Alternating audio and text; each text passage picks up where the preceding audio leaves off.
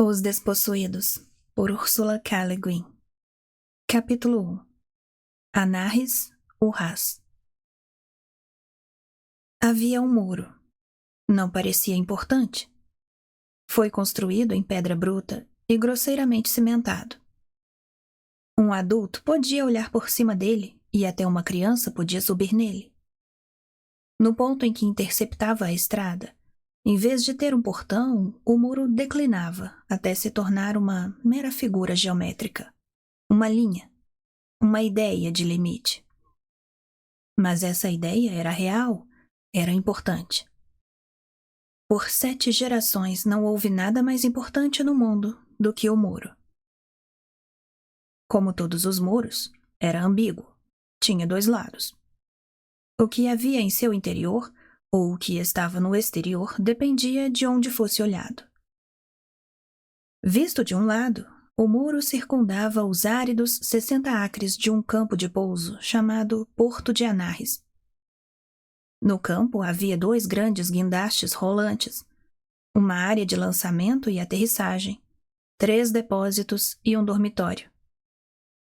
O dormitório parecia sólido, encardido, lúgubre. Não tinha jardins nem crianças.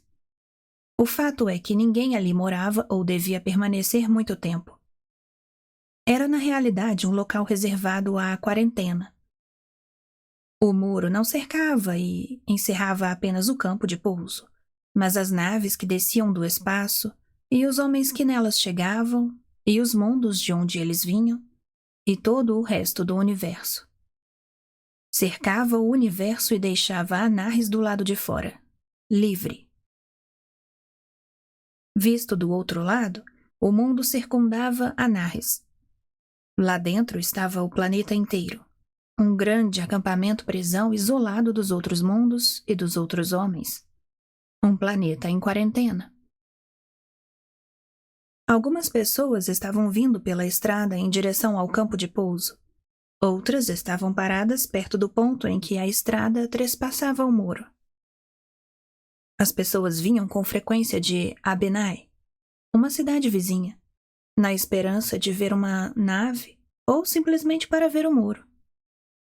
Afinal, era o único muro limite no mundo em que viviam. Em nenhum outro lugar havia um aviso indicando passagem proibida. Os adolescentes sentiam-se especialmente atraídos por ele. Se aproximavam, sentavam-se nele. Talvez pudessem observar uma equipe descarregando engradados dos caminhões nos depósitos. É provável até que houvesse um cargueiro espacial na base. Os cargueiros só vinham 8 vezes por ano e apenas os síndicos em serviço no porto eram avisados. Por isso, quando os espectadores tinham a sorte de ver um, ficavam muito excitados nos primeiros momentos. Mas agora algumas pessoas estavam sentadas no muro e havia um cargueiro também, parado em meio a uma confusão de guindastes móveis, preto e achaparrado, bem distante, no outro extremo do campo. E então saiu uma mulher de uma equipe de trabalho de um dos depósitos e aproximou-se deles dizendo: "Já fechamos por hoje, irmãos." Usava uma braçadeira do serviço da defesa, visão quase tão rara quanto a de uma espaçonave. Isso causou forte impressão. O tom de sua voz foi suave, mas categórico. Era chefe daquela equipe e os síndicos a defenderiam se houvesse oposição. E de qualquer maneira não havia mesmo nada para se ver. Os estrangeiros, os que vinham de outros mundos, ficavam escondidos em suas naves. Nada para se ver. Isso era monótono para a equipe de defesa também. Às vezes, a chefe desejava que alguém pelo menos tentasse passar para o outro lado do muro. Quem sabe um tripulante estrangeiro tentando desertar da nave, ou então uma criança vinda de Abenai, arriscando uma entrada furtiva para ver o cargueiro mais de perto. Mas isso não acontecia nunca. Nada acontecia. E quando acontecia, a chefe não estava preparada para enfrentar. O comandante do cargueiro, Cautela, perguntou-lhe: "O que aquela gente toda está querendo aqui com a minha nave?" A chefe olhou e viu que de fato havia uma verdadeira multidão perto do portão. Umas 100 pessoas ou mais. Estavam paradas. Apenas isso. Exatamente como as pessoas ficavam paradas esperando pelos trens de víveres nas estações durante a fome. Isso a deixou assustada. Nada. Eles, protestam.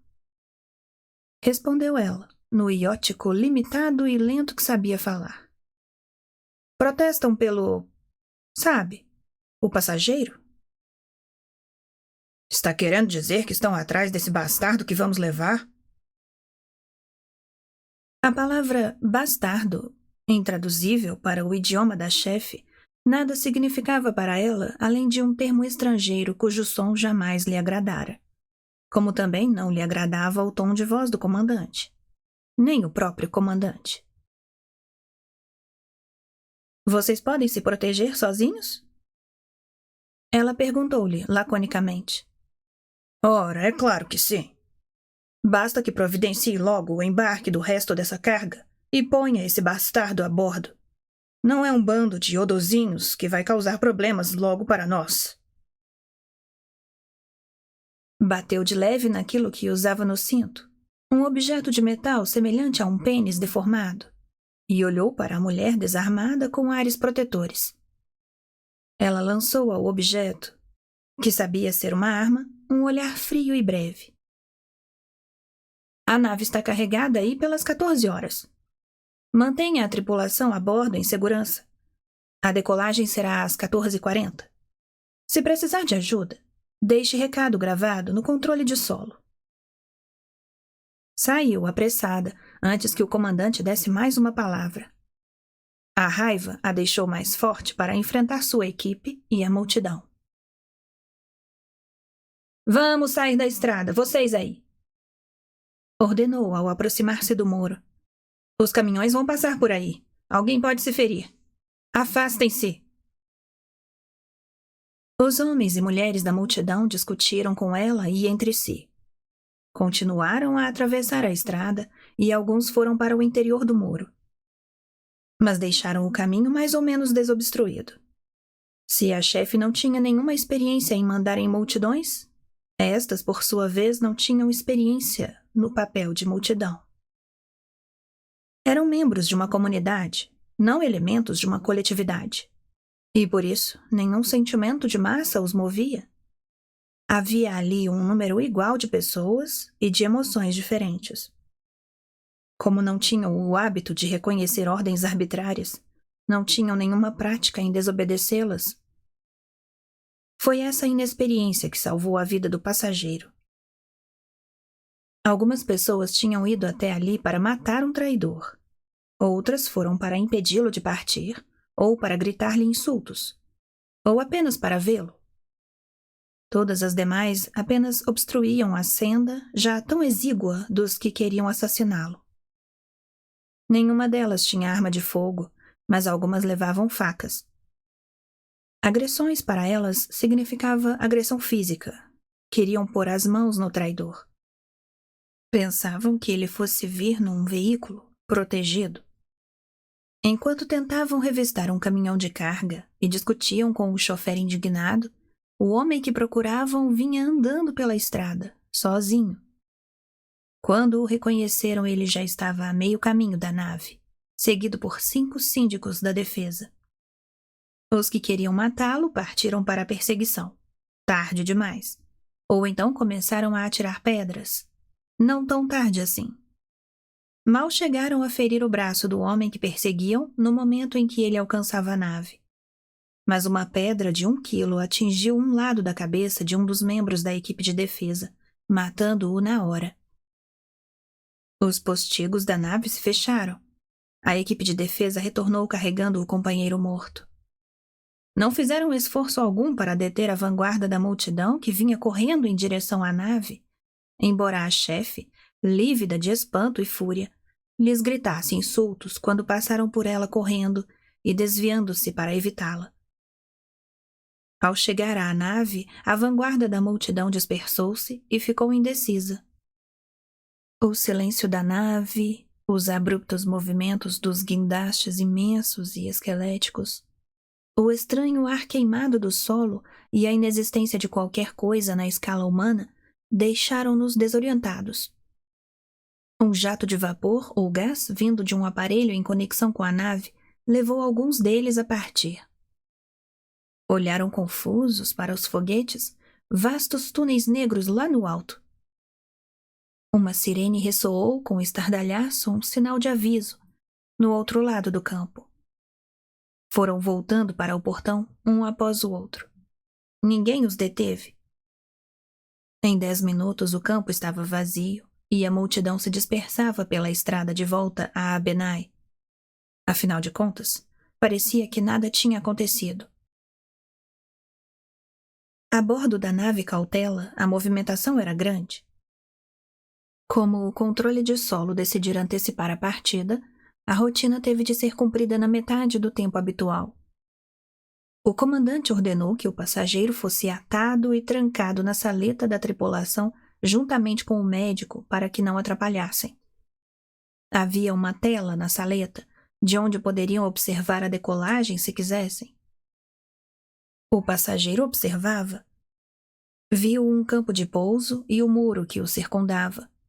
E mais ao longe, no outro lado do muro, percebeu as encostas das neteras pontilhadas de alumínio rasteira e de esparsos e prateados espinhos da lua. Subitamente todas essas imagens afluíram tela abaixo com um ímpeto ofuscante. O passageiro sentiu a cabeça pressionando o encosto. Era como se estivesse num exame dentário. A cabeça forçada para trás, a boca toda aberta. Não conseguia respirar, sentia náuseas e os intestinos reagiam de medo. Todo o seu corpo clamou para as forças poderosas que o dominavam. Agora não, ainda não, esperem. Foram seus olhos que o salvaram. O que insistiam em ver e mostrar-lhe libertou-o do autismo do terror, pois agora na tela havia uma visão estranha. Uma imensa planície de pedra sem brilho e sem cor. Era o deserto, visto das montanhas que ficavam acima do Vale Grande. Como podia ter voltado para o Vale Grande? Tentou convencer-se de que estava numa aeronave.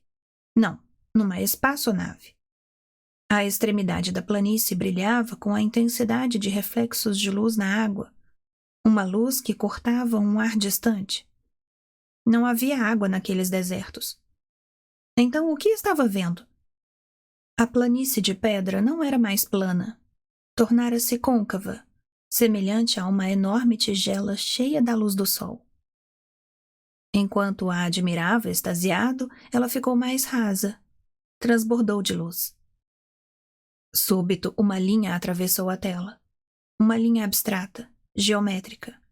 A divisão perfeita de um círculo. Para além desse arco só havia a escuridão. Uma escuridão que inverteu toda a imagem, deixando-a negativa. A parte real, rochosa, não era mais côncava, e sim convexa. Refletia e repelia a luz. Não era mais uma planície, nem uma tigela, mas uma esfera. Uma bola de pedra branca caindo nas trevas, desaparecendo na queda. Era o seu mundo. Não compreendo, disse em voz alta. Alguém respondeu. Por um momento não conseguiu aperceber-se de que a pessoa de pé ao lado da cadeira estava lhe falando, respondendo-lhe, pois não sabia mais o que era uma resposta. Só tinha noção clara de uma coisa, de sua total solidão. O mundo a seus pés lhe escapara e ele ficou sozinho. Sempre temera que isso acontecesse, como jamais temera a morte. Morrer é perder o eu e reintegrar-se no resto. Mas em seu caso, o eu permanecia e ele perdera o resto. Pôde finalmente olhar para o homem de pé a seu lado. Era-lhe estranho, é claro. De agora em diante só haveria estranhos. O homem falava num idioma estrangeiro, o iótico. As palavras faziam sentido. Todos os pequenos detalhes faziam sentido. Só o todo é que não tinha sentido algum. O homem estava falando de algo sobre as correias que o prendiam à cadeira. Tentou desembaraçar-se. A cadeira ficou abruptamente na posição vertical e ele quase caiu, pois sentia-se atordoado e sem equilíbrio. O homem não parava de perguntar se alguém tinha se ferido. De quem ele estava falando? Ele tem certeza de que não se feriu? Acontece que a forma de tratamento cortês em iótico era na terceira pessoa. O homem estava falando dele mesmo, não de um terceiro. E ele não compreendia por que estaria machucado. O homem repetia algo sobre pedras lançadas. Mas a pedra jamais alcançará o alvo, pensou ele. Voltou a olhar a tela para ver a pedra branca caindo na escuridão, mas não havia nenhuma imagem na tela. Estou bem, disse afinal, ao acaso. Mas essa resposta não tranquilizou o estranho. Por favor, venha comigo, sou médico. Estou bem.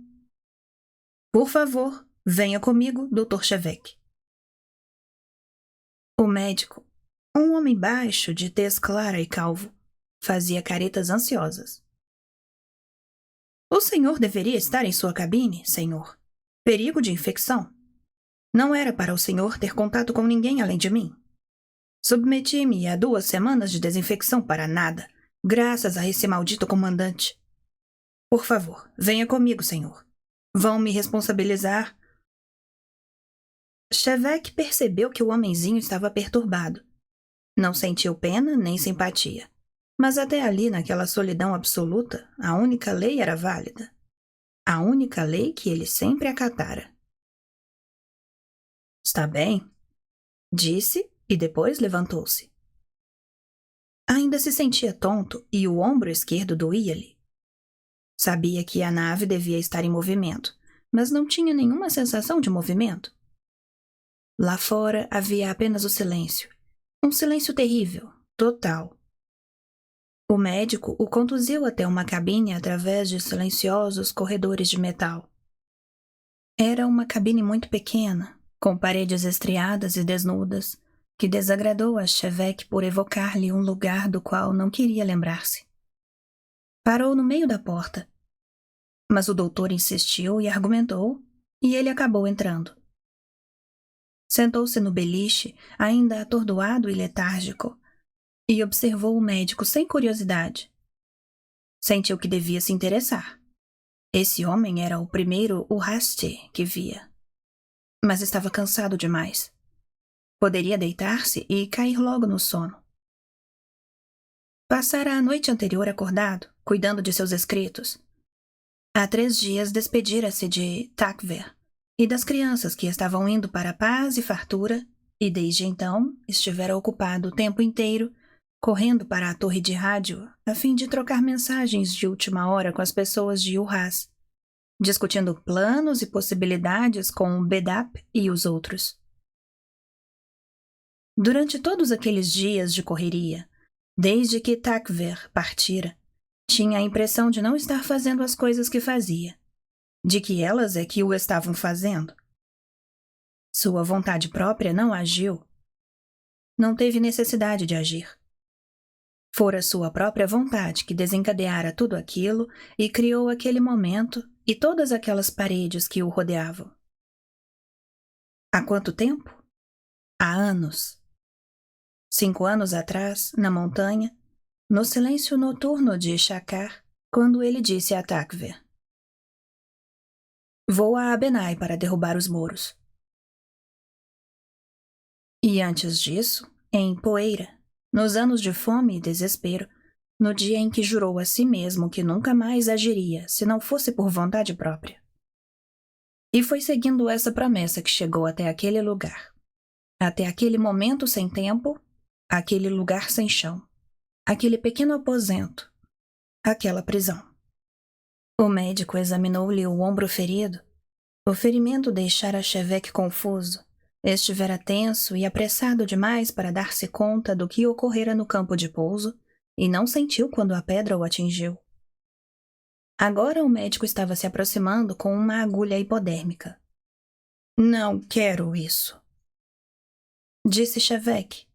Falava num iótico lento e mal pronunciado, como ele mesmo percebeu nas comunicações pelo rádio, embora com uma certa correção gramatical. Sentia mais dificuldade em compreender do que em falar. Isso é vacina contra sarampo, disse-lhe o doutor com uma surdez profissional. Não. O médico ficou mordendo os lábios por um instante e depois perguntou: O senhor sabe o que é sarampo? Não. É uma doença contagiosa. Costuma ser grave em adultos.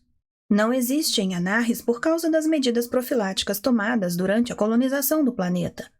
Mas é comum em Urrás e pode matá-lo, assim como outras infecções comuns provocadas por vírus. O senhor está sem defesa. Escreve com a mão direita, doutor? Chevek fez um sinal negativo com a cabeça, automaticamente. Com a destreza de um prestidigitador, o doutor enfiou-lhe uma agulha no braço direito.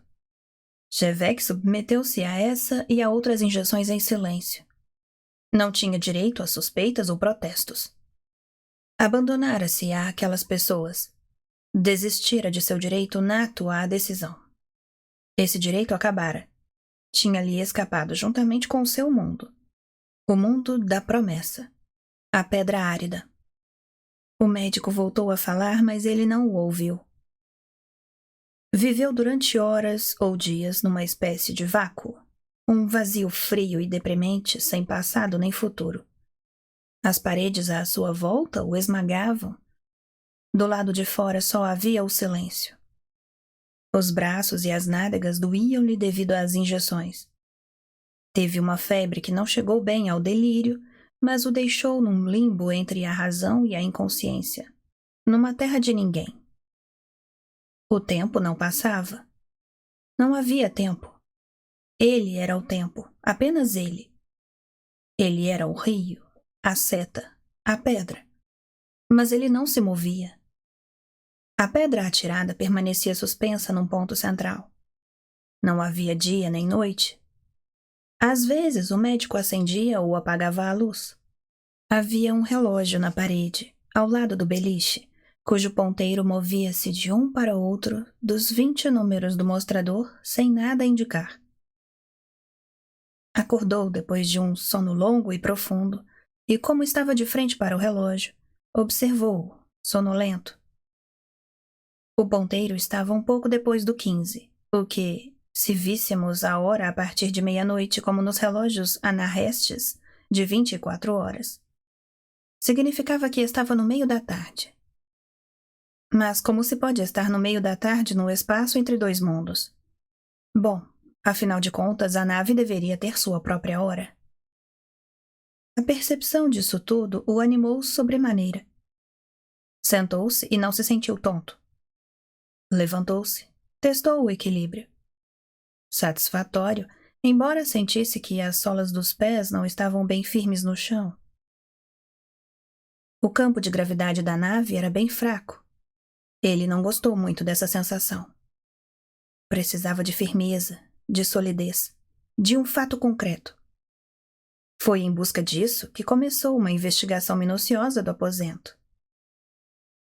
As paredes desnudas e estriadas eram cheias de surpresas, prontas todas a se revelarem quando se tocava no painel de instrumentos. Privada, lavatório, espelho, escrivaninha, armário, prateleiras. Havia diversos dispositivos elétricos de um mistério total e ligados ao lavatório.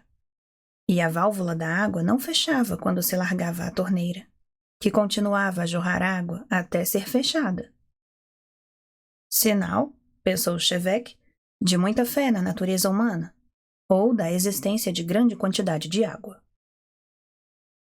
Optando pela segunda hipótese, lavou-se todo, e como não encontrou uma toalha, enxugou-se com um dos misteriosos dispositivos, de onde saía um agradável jato de ar quente que fazia-lhe cócegas. Não conseguiu achar suas roupas e recolocou as que se descobriu usando ao despertar.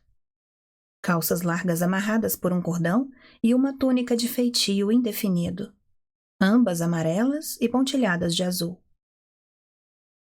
Olhou-se no espelho e achou o efeito desastroso. Seria assim que as pessoas se vestiam em Urrás? Procurou um pente, em vão. Penteou os cabelos para trás e os prendeu, e assim arrumado decidiu sair do quarto. Não pôde. A porta estava trancada. A incredulidade inicial de Chevek transformou-se em raiva, um tipo de raiva diferente, um desejo cego de violência que nunca havia sentido em sua vida. Forçou a maçaneta fixa e esmurrou o metal lustroso da porta. Depois virou-se e apertou com toda a força o botão que o doutor lhe dissera para apertar se precisasse chamar. Nada aconteceu. Havia muitos outros botõezinhos numerados e de cores variadas no painel de intercomunicação. Foi batendo em todos eles, pelo painel inteiro.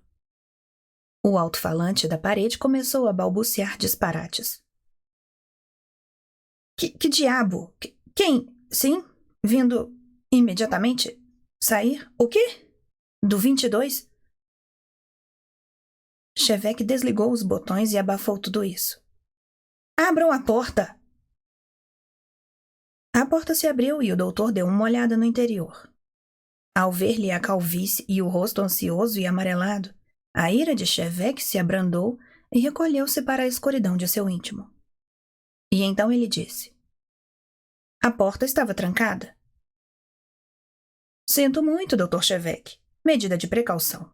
O contágio. É preciso manter os outros à distância. Tranca por fora, tranca por dentro.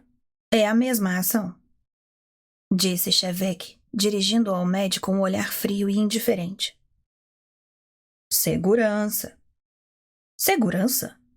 Precisam me guardar numa caixa? A saleta de refeições dos oficiais. Apressou-se o médico em sugerir para tranquilizá-lo. Está com fome, senhor. Talvez queira vestir-se para irmos até a saleta dos oficiais. Chevek olhou para as roupas que o médico estava usando. Calças justas e azuis, enfiadas em botas que pareciam tão macias quanto o tecido da calça. Uma túnica roxa com um talho na frente e abotoada com botões prateados. Sob a túnica, percebia-se apenas a gola e os punhos de uma camisa tricotada e de um branco ofuscante. E não estou vestido? Oh, sim. O pijama está bem, é claro. Não se tem formalidades num cargueiro. Pijama? Isso que o senhor está usando. Roupa de dormir. Roupa para se dormir? Sim. Chevek ficou a pestanejar. Não fez nenhum comentário. Perguntou. Onde está a roupa que eu estava usando? As suas roupas? Mandei lavá-las. Para a esterilização. Espero que não se importe, senhor. Fez uma busca num painel da parede que Chevek não havia descoberto e retirou um embrulho verde claro. Desembrulhou o velho traje de Chevek, que parecia muito limpo e um pouco encolhido. Amassou o papel verde, ativou outro painel, jogou o papel dentro de um escaninho que se abriu e sorriu inseguro. Pronto, Dr. Chevek. O que é feito do papel? O papel? O papel verde. Ah, eu o joguei no lixo. Lixo? Na lixeira. É queimado. Vocês queimam papel? Talvez apenas caia no espaço, não sei. Não sou médico espacial, Dr. Chevek. Tive a honra de assisti-lo devido à minha experiência com visitantes de outros mundos, os embaixadores de Terran e de Rein. Conduzo os processos de adaptação e descontaminação de todo o estrangeiro que chega a AEO. Não que o senhor seja um estrangeiro no mesmo sentido, é claro. Dirigiu um olhar tímido para Chevek, que não conseguia sentir bem o que ele dizia, mas podia perceber a natureza ansiosa, modesta e bem-intencionada de suas palavras. Não. Não o sou. Talvez tenhamos tido a mesma avó há 200 anos, em Urrás. Estava pondo sua velha roupa e, enquanto vestia a camisa pela cabeça, percebeu que o médico estava jogando a roupa de dormir azul e amarela na lixeira. Chevek parou, o colarinho ainda cobrindo-lhe o rosto. Seu rosto surgiu por inteiro, ajoelhou-se e abriu o escaninho. Estava vazio. As roupas são queimadas? Ah, esses pijamas são baratos, são de serviço. Usa-se e joga-se fora. Sai mais barato do que a lavagem. Sai mais barato. Chevek disse essas palavras do modo como um paleontólogo olha para um fóssil. Um fóssil que data pelo menos um extrato. Receio que sua bagagem tenha se perdido naquela correria da hora do embarque. Espero que não contenha nada de importante. Eu não trouxe nada. Suas roupas ainda lhe serviam, apesar de estarem quase brancas de tão desbotadas e de terem encolhido um pouco. E deu-lhe muito prazer o contato familiar do tecido áspero da fibra de alumínio. Voltou a reconhecer-se. Sentou-se na cama, de frente para o médico, e disse: Como vê, sei que não encaram as coisas ao nosso modo. Em seu mundo, em Urrás, as pessoas têm de comprar as coisas. Estou indo para lá, não tenho dinheiro. Nada posso comprar. Por isso, deveria ter trazido alguma coisa. Mas o que posso levar? Roupas? Sim, está bem. Podia ter trazido 2 trajes. E a comida? Como poderia trazer a comida necessária? Não posso levar, nem posso comprar. Se vocês querem que eu viva, terão de me dar comida. Sou um Anaheste e levarei os Urrastes a agirem como Anahestes. Dar, não vender. Claro que é necessário que me mantenham vivo. Sou o mendigo. Compreende? Ora, em absoluto, senhor, não. O senhor é um hóspede que nos honra. Por favor, não nos julgue pela tripulação dessa nave. São homens muito ignorantes, limitados. O senhor não faz ideia da recepção que terá em Urrás. Afinal, o senhor é um cientista mundial, galaticamente famoso. Garanto-lhe que tudo será muito diferente quando chegarmos ao campo Peyer. Não tenho dúvida de que será tudo muito diferente. A viagem à Lua durava 4 dias em cada sentido, mas dessa feita a volta foi prolongada para 5 dias, a fim de que o passageiro se adaptasse. Chevek e o Dr. Kimoy passaram esses dias em vacinas e conversas. O comandante da nave Cautela passou-os mantendo a órbita em volta de Urrás e proferindo insultos. Quando tinha de falar com Chevek, fazia-o com um desrespeito incômodo. O médico, que estava pronto a tudo explicar, já tinha uma análise elaborada. Ele está acostumado a considerar todos os estrangeiros como inferiores, como se não fossem totalmente humanos. Odo chamava isso de a criação de pseudoespécies. Sei. Eu achava que em Urrás as pessoas talvez não pensassem mais desse jeito, já que vocês têm tantas línguas e nações e recebem visitantes de outros sistemas solares. Muito poucos, pois as viagens intersiderais são muito dispendiosas e lentas. Talvez não vá ser sempre assim. Acrescentou o Dr. Kimoy com a intenção evidente de lisonjear Chevek, ou então para fazê-lo falar. O que Chevek ignorou. O segundo oficial? Disse. Parece ter medo de mim. Este é por fanatismo religioso. Ele é um epifanista ortodoxo. Recita os preceitos todas as noites. Um espírito de absoluta austeridade. Então, como é que ele me vê? Como um perigoso ateu. Um ateu? Por quê? Por quê? Porque o senhor é de Anarres e um odonista. Não há religião em Anarres. Não há religião? Seremos por acaso iguais a pedras, em Anarres? Refiro-me à religião estabelecida, igrejas, credos. Kimoi perturbava-se com facilidade. Possuía a vigorosa segurança de um médico, mas Shevek não parava de ameaçá-la. Todas as suas explanações acabavam em embaraços depois de 2 ou 3 perguntas de Shevek.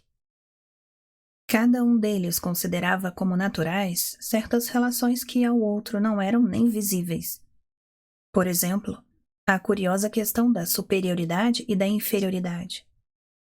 Shevek sabia que os conceitos de superioridade, de altura relativa, eram importantes para os Urrastes. Usavam com frequência o termo maior como sinônimo de melhor em seus escritos, onde um anarreste usaria a expressão mais central. Mas que relação havia entre ser mais elevado e ser um estrangeiro? Era um enigma entre centenas. Compreendo, disse então, depois de ver a solução de mais um enigma.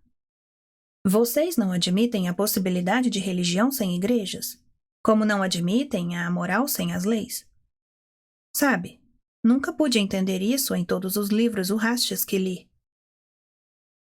Bem, hoje em dia qualquer pessoa esclarecida admitirá que o vocabulário dificulta, disse Shevek, prosseguindo em suas descobertas. No idioma právico, a palavra religião é raramente. Não, como se diz? É rara. Não se usa com frequência. É claro que se trata de uma das categorias. É o 4º modo.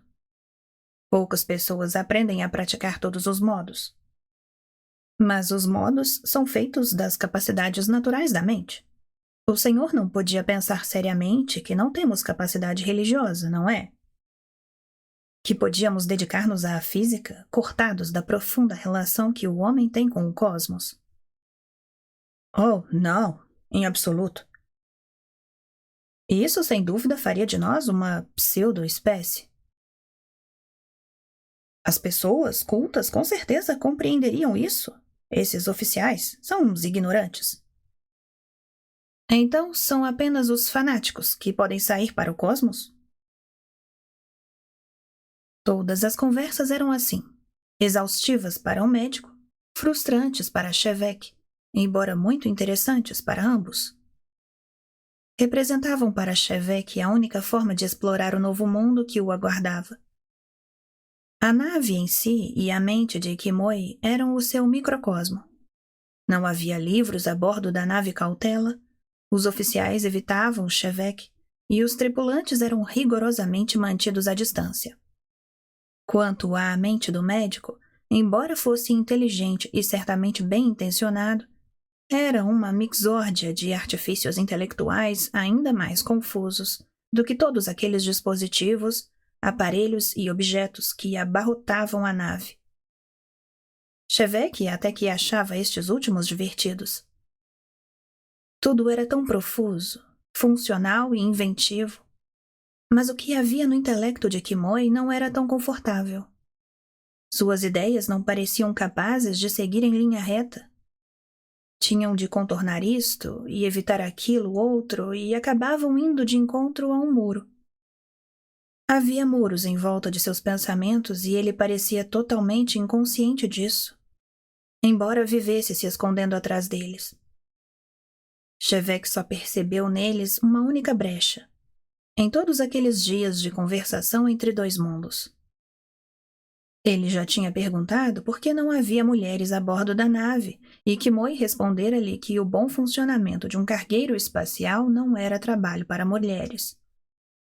Os cursos de história e o conhecimento da obra de Odo ofereceram a Shevek um contexto para a compreensão dessa resposta tautológica, e ele então se calou.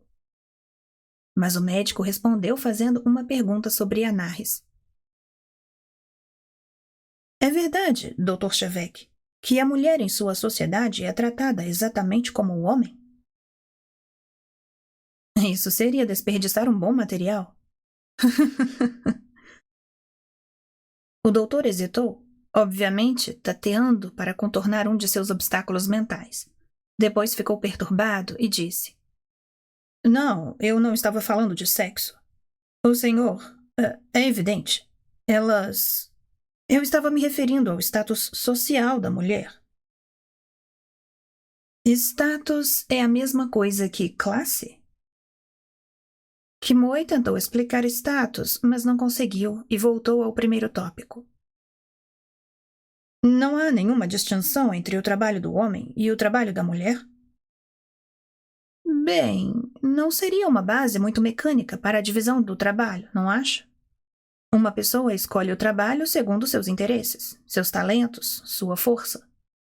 O que o sexo tem a ver com isso? Os homens são fisicamente mais fortes, afirmou o médico de modo profissional e categórico. Sim, com frequência, e mais corpulentos. Mas o que isso importa quando se tem máquinas?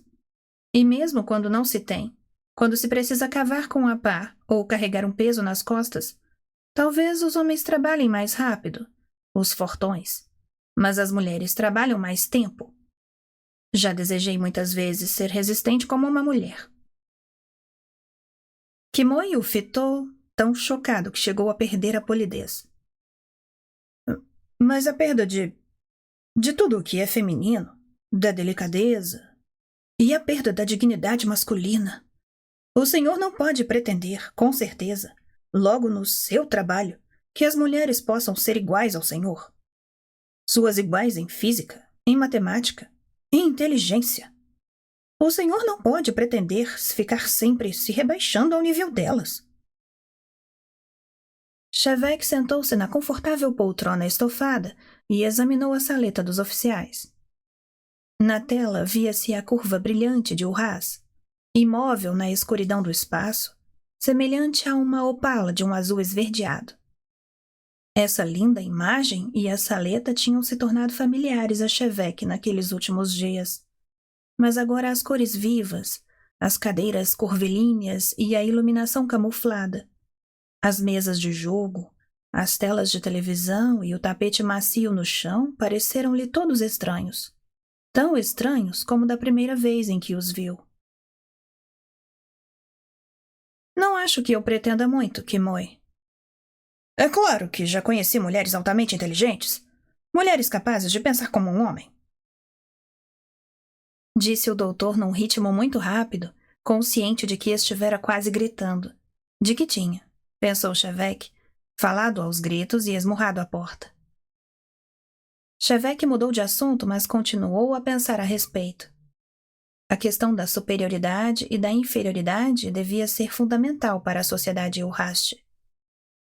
Se, para ter respeito próprio, Kimoi precisava considerar metade da humanidade como inferior, o que faziam as mulheres para terem respeito por si mesmas? Considerariam os homens inferiores? E em que isso lhes afetava a vida sexual? Ele tinha aprendido, nos escritos de Odo, que há 200 anos as principais instituições sexuais dos Urrastes eram o casamento, uma associação autorizada e imposta por sanções legais e econômicas, e a prostituição, que parecia ser apenas um termo mais amplo para copulação na modalidade econômica. Odo condenou as duas e, no entanto, havia sido casada. Mas essas instituições talvez tivessem mudado muito naqueles 200 anos. E como ele iria viver com os Urrastes e em Urraz, era melhor informar-se a respeito. Era estranho que até mesmo o sexo, fonte de tanta liberação e paz, prazer e alegria por tantos anos, tivesse se tornado de um dia para outro um território que ele precisava trilhar com todo cuidado, consciente de sua ignorância. E todavia era isso o que se passava. Foi alertado disso não só pelo estranho acesso de cólera e menosprezo de Kimoi. Tivera anteriormente uma impressão vaga que esse episódio trouxe à luz. Em suas primeiras horas a bordo da nave, naquelas longas horas de febre e desespero, sentiu-se perturbado por uma sensação chocantemente simples. A maciez da cama. Não passava de um beliche, mas o colchão cedia a seu peso com a suavidade de uma carícia. Parecia entregar-se, ajustar-se a ele, e o fazia com tal insistência que ele o sentia, ainda e sempre, ao adormecer. O prazer e a irritação que isso lhe dava eram decididamente de natureza erótica. E havia também o aparelho toalha com o jato de ar quente. O mesmo tipo de efeito, uma sensação de carícia. E havia ainda as formas dos móveis na saleta dos oficiais, as suaves curvas plásticas onde aço e madeira foram, à força, introduzidos. E a maciez e a delicadeza das superfícies e estruturas. Não seria isso tudo também um erotismo sutil e difuso? Ele se conhecia o suficiente para ter certeza de que apenas alguns dias sem Takver, mesmo dominado por grande tensão, não podiam deixá-lo excitado a ponto de sentir a presença de uma mulher na superfície de cada mesa. A não ser que a mulher estivesse realmente lá. Seriam todos os marceneiros urrastes solteiros? Desistiu da resposta. Logo a teria, em Urrás.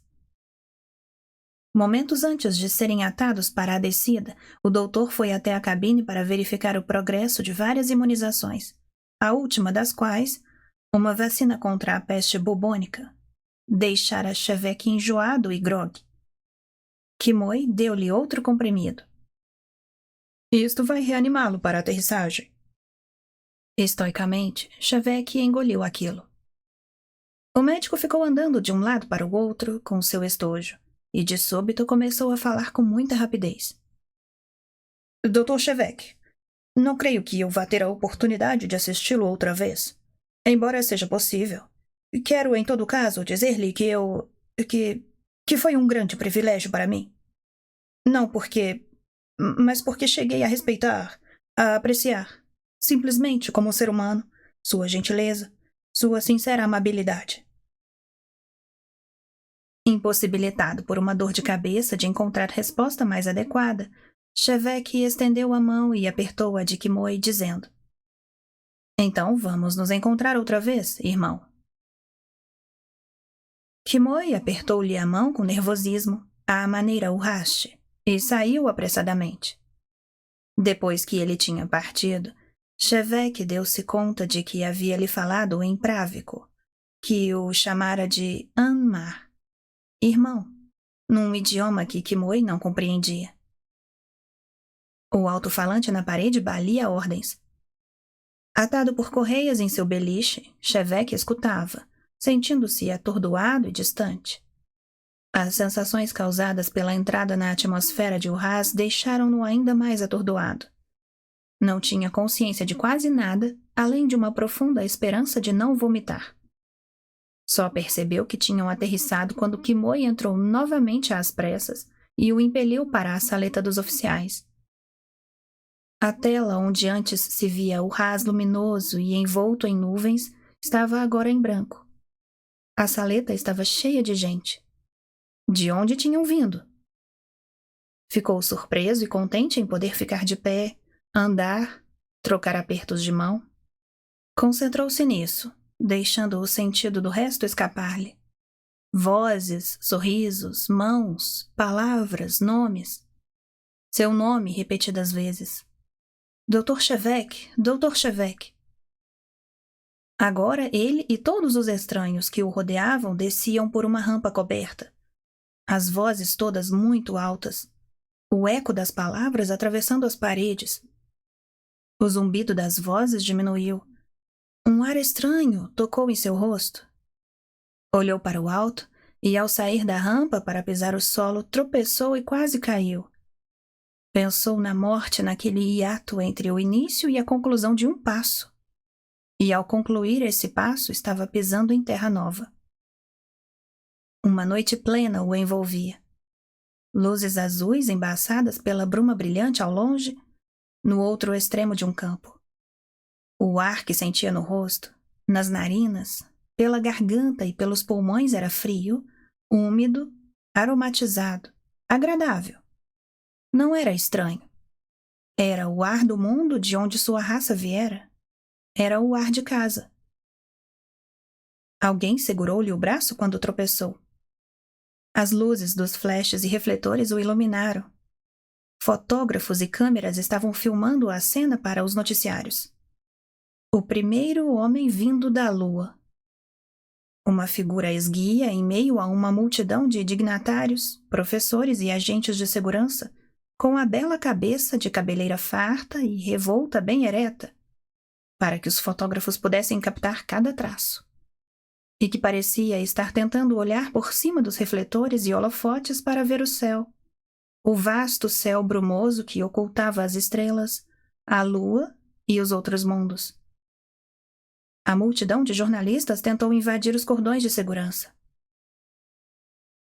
Pode nos fazer uma declaração nesse momento histórico, Dr. Chevek? Foram logo forçados a recuar. Os homens que o protegiam o impeliram a avançar.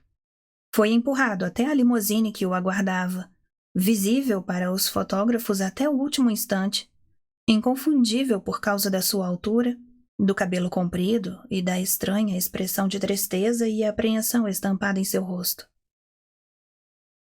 As torres da cidade erguiam-se na bruma, longas escadas de luz, enevoadas.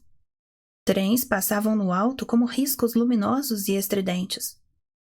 Maciças paredes de pedra e vidro ladeavam as ruas, dominando as pistas de carros e ônibus. Pedra, aço, vidro, luz elétrica. Nenhum rosto. Esta é Neil Essaya, Dr. Chevek. Mas decidimos que seria melhor mantê-lo afastado das multidões da cidade, por enquanto. Vamos diretamente para a universidade. Havia 5 homens com ele no interior do carro escuro e bem almofadado.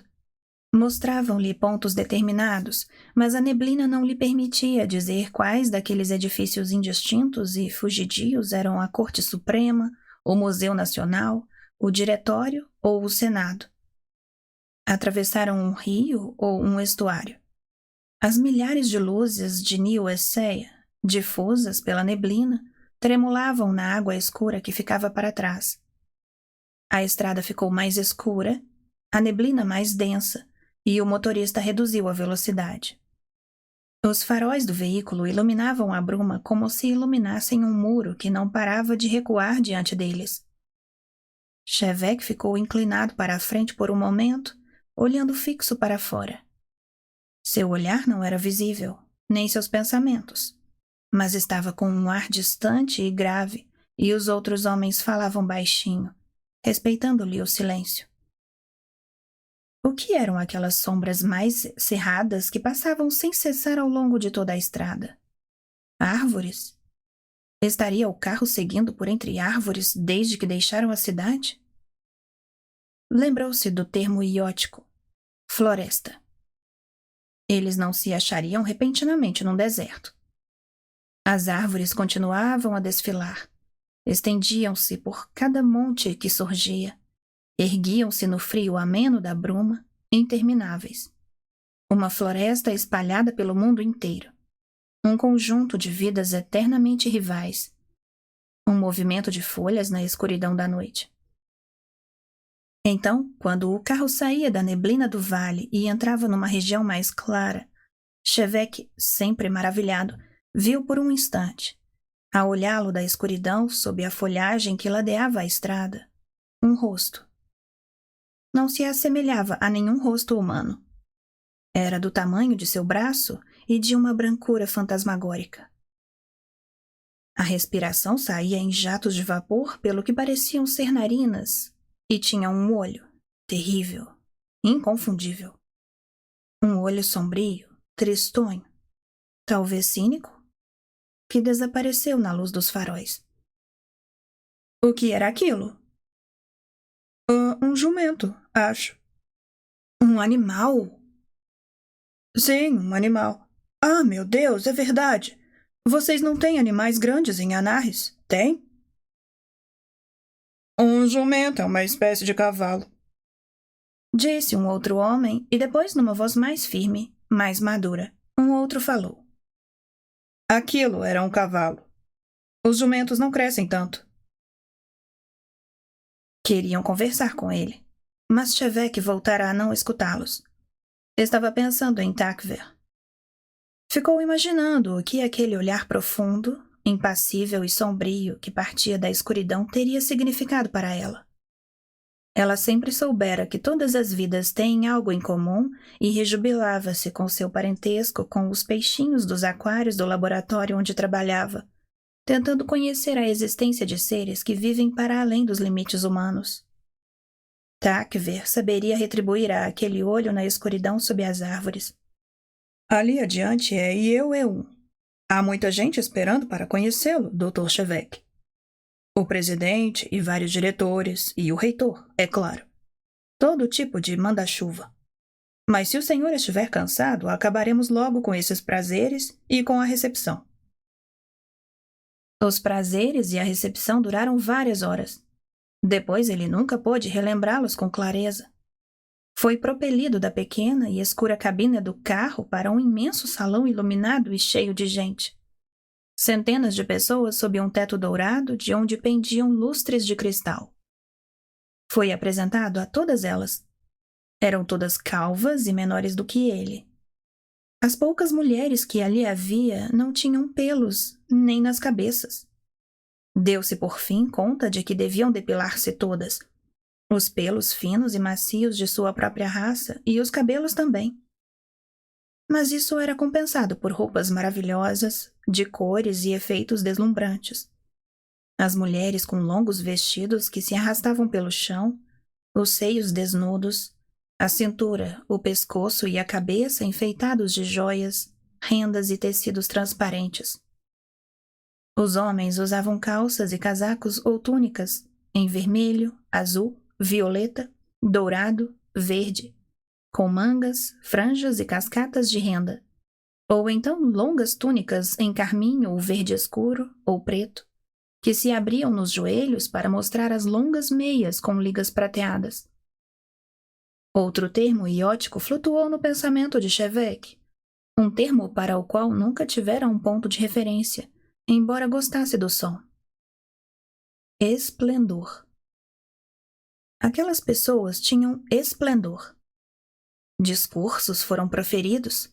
O presidente do Senado da nação de Ei-Aio, um homem de olhar estranho e frio, propôs um brinde. A nova era de fraternidade entre os planetas gêmeos. E ao precursor desta nova era, nosso ilustre e muito bem-vindo Dr. Chevek de Anarres. O reitor da universidade conversou com ele embevecido. O primeiro diretor da nação conversou com um ar sério e apresentaram-no a embaixadores, astronautas, físicos, políticos, dezenas de pessoas, todas com títulos honoríficos antes ou depois dos nomes, que lhe falavam e ele lhes respondia, embora mais tarde não fosse capaz de lembrar-se de nada do que lhe disseram e muito menos do que ele próprio dissera. Bem tarde da noite, achou-se caminhando com um pequeno grupo de homens, sob uma chuva morna, através de um parque ou de uma praça. Sentiu a sensação primaveril de grama viva sob os pés. Reconheceu a grama porque já tinha passeado no Parque do Triângulo em Abenai. Essa lembrança vívida e o contato frio do vento noturno despertaram-no. Seus acompanhantes o levaram para dentro de um edifício, depois para dentro de uma sala que, segundo lhe explicaram, era dele. Era ampla, com uns 10 metros de comprimento, e visivelmente uma sala comum, pois não tinha divisões nem camas.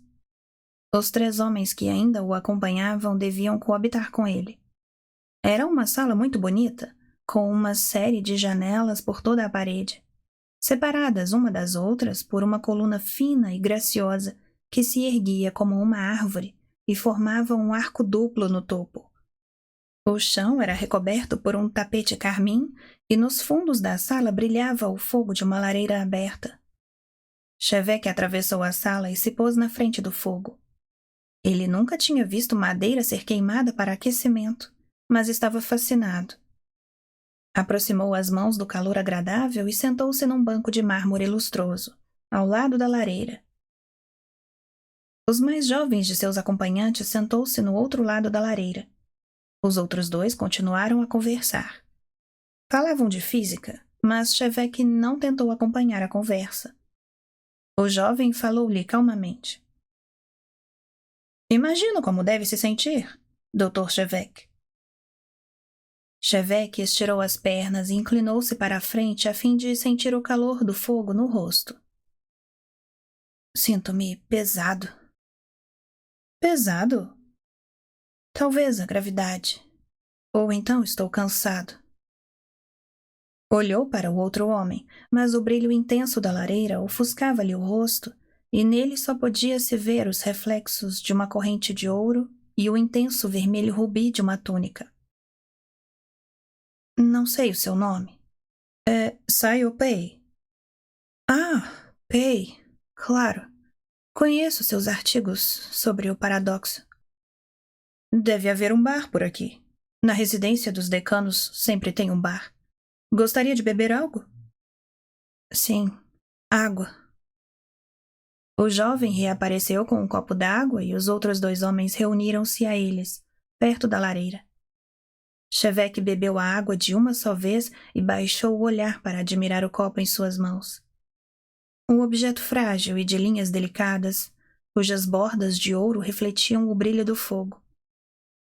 Estava consciente da presença dos 3 homens, de suas atitudes ao sentarem-se ou ao ficarem de pé a seu lado, protetores, respeitosos, proprietários. Olhou para eles, rosto por rosto.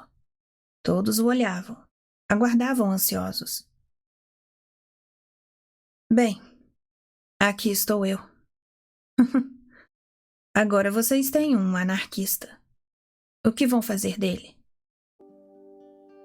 E aí, tá gostando da história? Para continuar nessa aventura, você precisa enviar um e-mail para carlafloresf7@gmail.com. Se inscreva no canal, dê o seu like. Até já!